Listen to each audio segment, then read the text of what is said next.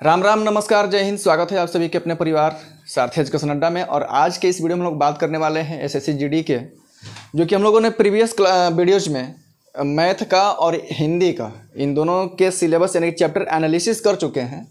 तो आज के इस वीडियो में हम लोग इंग्लिश का करेंगे, क्योंकि मैंने आप लोगों को पहले ही कहा था कि किसी चीज़ की तैयारी करने से पहले उसके पेपर का एक एनालिसिस ज़रूरी है।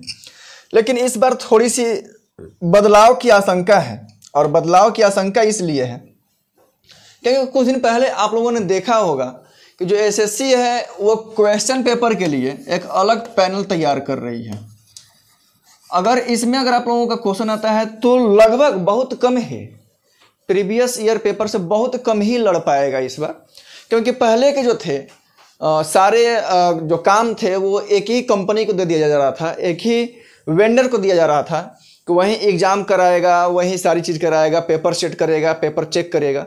लेकिन इस बार एसएससी ने ये फैसला लिया है कि भाई नहीं, पेपर इस बार हम दूसरा बोर्ड बनाएगा, यानी कि दूसरा पैनल बनाएगा और एग्ज़ाम दूसरा पैनल कराएगा।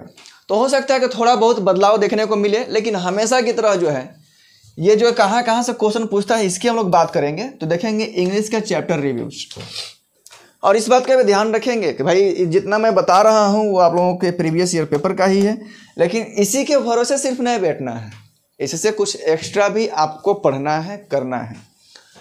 देखिए एप्रोप्रिएट वर्ड जो होता है वो मैंने फर्स्ट और लास्ट पेपर दोनों लिया हुआ है, ठीक है, जो कि दोनों में 5-5 क्वेश्चन जो है हमेशा ही इसमें देखने को मिले हैं।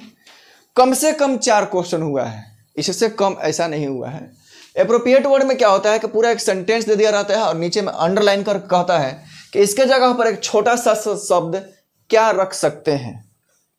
बात समझ में आ गया ना? तो वैसा ही इसमें देता है। पैसेज तो ये 5 नंबर का हर एग्जाम में भाई फिक्स होता है। हर एग्जाम में एक पैसेज दे देगा और इसमें वो डैश वाला ही देगा, एम्प्टी बॉक्स वाला।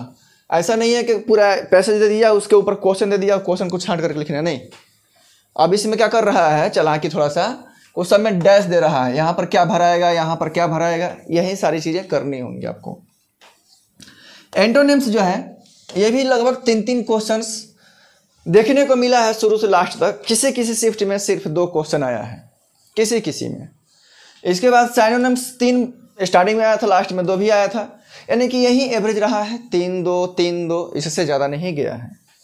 एरर्स छांटने के लिए दिया है 2-2 क्वेश्चंस। सभी में एरर्स के मैक्सिमम शिफ्ट में, मैक्सिमम पेपर में आपको 2 ही एरर्स देखने को मिलेंगे। अगर एक्सेप्शंस की बात करें तो किसी किसी शिफ्ट में 3-3 क्वेश्चन, लेकिन जो मोस्टली दिया है मैंने उसी को लिया है यहाँ पर। बात समझ में आ गई?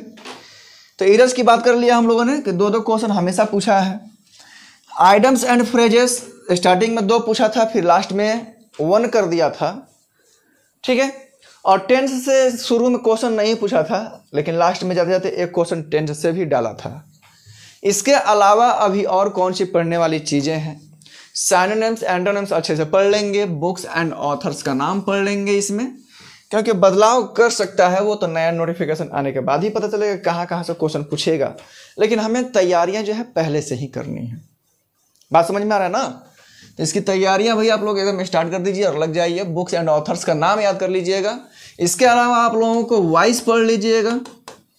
इसके बाद पैसेज तो हमने बता ही दिया है, नरेशन, और सबसे इंपॉर्टेंट चीज़ की प्रीपोजिशन और कंजक्शन, ये दोनों चीज़ें नहीं छूटनी चाहिए। मोस्टली एग्जाम में इस सबसे क्वेश्चन बनता ही बनता है। तो यहाँ तक था आप लोगों का इंग्लिश की जो सारी चीज़ें मैंने आप लोगों को बता दी कि इंग्लिश में आप लोगों को क्या पूछा है, क्या बदलाव होने की आशंका है, वो सारी चीज़ें क्लियर हो गई। बाकी अगर आप लोगों को वीडियो पसंद आया हो तो फिर लाइक कर देंगे, और चैनल पर पहली बार आए होंगे तो सब्सक्राइब करके जाएंगे। फिर मिलते हैं आप लोगों से नेक्स्ट वीडियो में, तब तक के लिए जय हिंद।